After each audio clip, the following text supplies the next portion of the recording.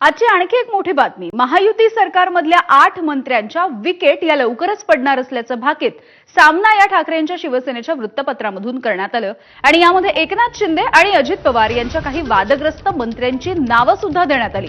ठाकरेंच्या शिवसेनेचे खासदार संजय राऊत यांनी पत्रकार परिषद घेऊन संजय शिरसाट, माणिकराव कोकाटे, योगेश कदम आणि संजय राठोड यांना डच्चू मिळणार असल्याचं सांगितलं।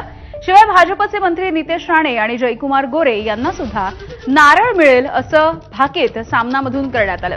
पण नव्या महायुती सरकारला सत्तेमध्ये येऊन अजून 1 वर्ष सुद्धा झालेलं नाहीये। या आधीच तब्बल 8 मंत्र्यांना दरवाजा दाखवणं म्हणजे सरकार अपयशी असल्याची कबुली देण्यासारखं आहे।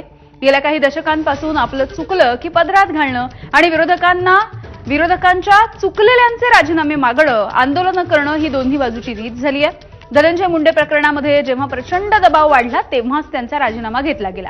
त्यामुळे एकीकडे देवेंद्र फडणवीसांनी आपली नाराजी जरी शिंदे आणि अजित पवार यांच्या समोर मांडली असली तरी थेट इतक्या मंत्र्यांचे राजीनामे घेतले जातील याची शक्यता धुसर वाटते। यामध्ये नितेश राणे आणि जयकुमार गोरे ही नावं नक्की फडणवीसांच्या मनातली आहेत की संजय राऊत आणि उद्धव ठाकरे यांच्या मनातली आहेत, हाच प्रश्न आहे।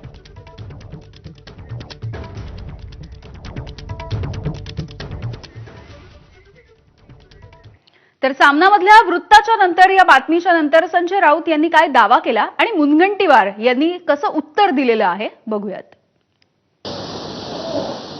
मी गेल्या काही दिवसापासून सांगते की या मंत्रिमंडळातले 4 मंत्री जाणार आहेत। संजय शिरसाट एक मंत्री आहेत मला वाटतं, त्यानंतर माणिक कोकाटे,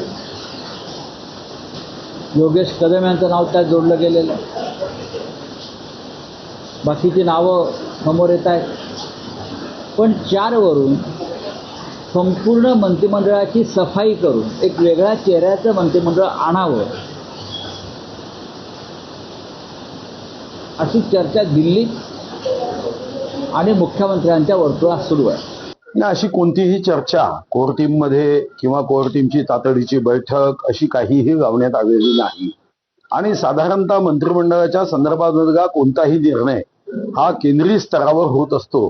राज्य स्तरावरच्या नेतृत्वांना या संदर्भामध्ये कोणत्याही प्रकारची माहिती अगोदर प्राप्त होत नाही। असा काही बदल होणार असेल तर तो ज्या क्षणी होईल त्या क्षणीच आपल्यापर्यंत पोहोचत असतो।